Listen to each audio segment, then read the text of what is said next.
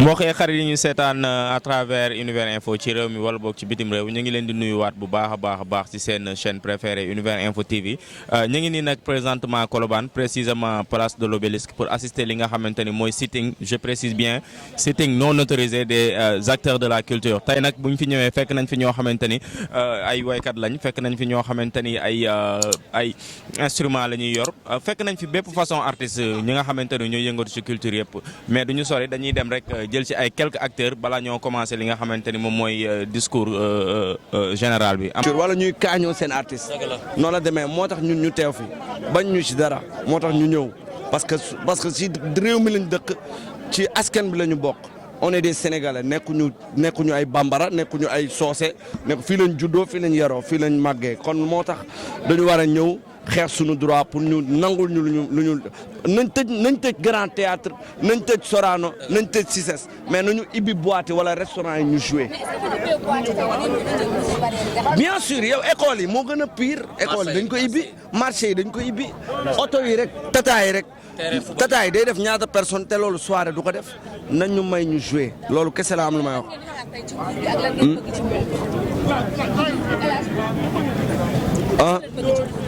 non ñu nangul ñu lu ñu bëgg ñun lenn rek la ñu bëgg nañ ñu bàyyi ñu liggéey parce que ay père de famille lañ ay soutien de famille lañ sunu yaay ci ñun la ñu yaakaar sunu papa yi ci ñun la ñu yaakaar sunu waa gox ci ñun la ñu yaakaar am na ñoo xam ne ñun ñoo leen di jox dépense boo bëggee dégg-dëgg wax ji dañ koy wax am na ñoo xam ne amuñu dépense ñun artistes yi ñoo leen di jox dépense te artistes yi fi teewul ay féek lañu man maa ko wax.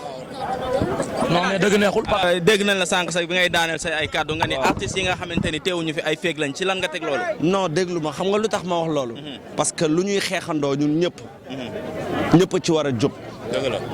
parce que askan bi lañ fi nekkal ñun ay artistes lañ te bu fekkee dañu ibbi ñoom ñooy njëkk def affiche. ragaluma li may wax de. góor yàlla la ragaluma li may wax. ku ñëwul fii nga ne artiste nga doo artiste dégg nga ma maa ko waxaat. donc ñoo ko fi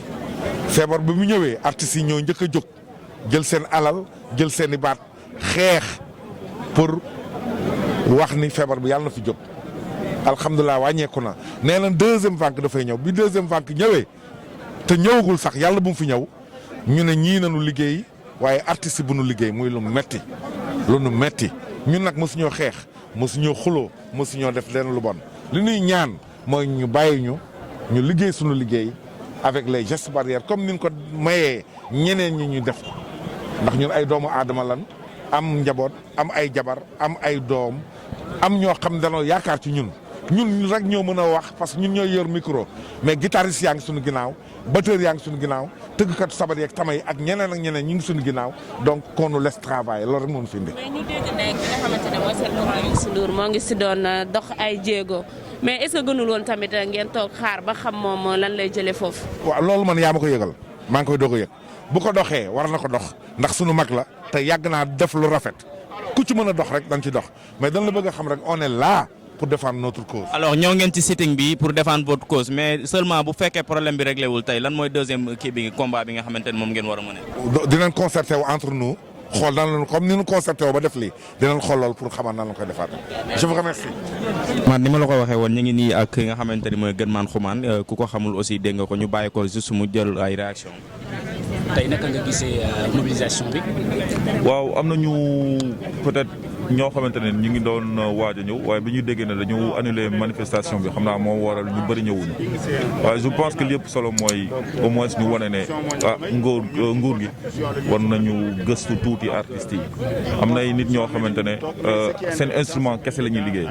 comme ni mu amee ñoo xamante ne seen oto mooy seen instrument de travail ñi nga xamante ne ay maçon lañ ñi nga xamante ne ouvrier lañ ñoom ñëpp ñi si gën a bëri ñu ngi liggéey